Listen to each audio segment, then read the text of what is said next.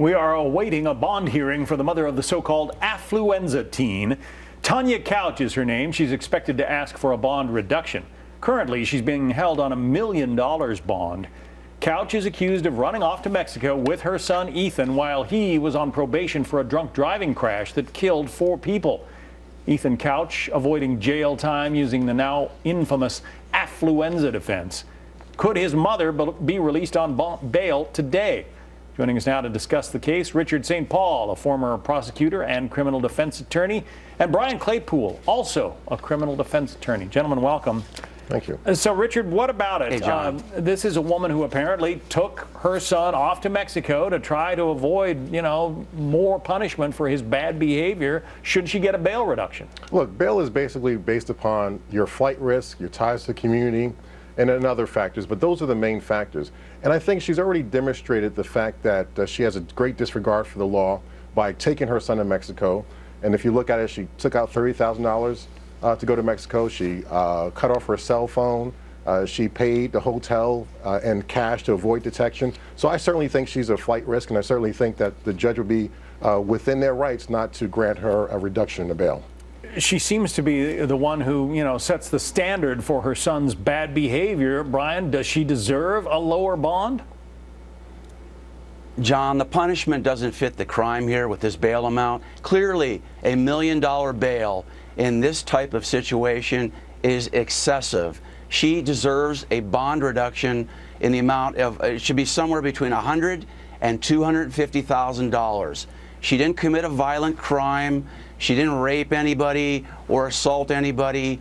And so I think what the court system is doing, what the sheriff has been doing, is they're trying to target the mom to prove a point that Ethan Couch should have spent time in jail. And I think that's an inappropriate way to go about this. People should be focusing less on the mom and more on, let's change or create a new law that makes a 15 or 16-year-old in a vehicular homicide case who's under the influence be tried as an adult. That's what we should be focusing on. Write your legislators and change the law. Well, Brian, but I'm sorry, Richard, to you, isn't it, she is the one who seems to be setting the example for her son.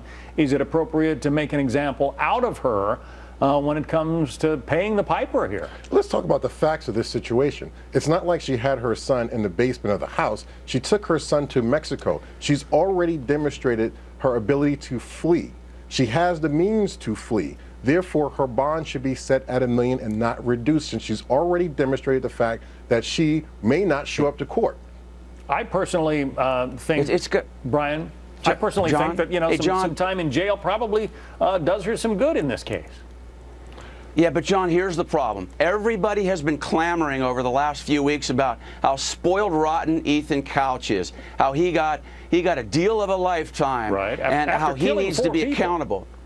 Okay, that's fine. But here's the problem. If you start targeting the mom and make it her fault that he ran to Mexico, then you're enabling his behavior. He is now an adult. He made a decision to go to Mexico. He needs to pay the price. If you focus on the mom, it's going to continue to facilitate Ethan Couch's nefarious behavior. But when the psychologist hired by his defense team, coined this affluenza term, Richard, he was saying, look, the kid's parents have spoiled him to the point where he doesn't really know right from wrong, and he can't behave properly like a member of society should, and it worked.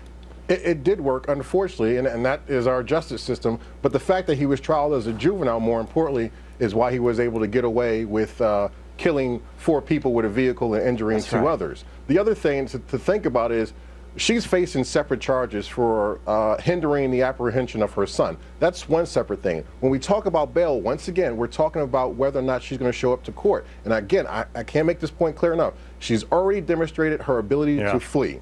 All right, Richard St. Paul, Brian Claypool, we'll leave the discussion there and let viewers know what happens in court today. Thank you both. Thank you.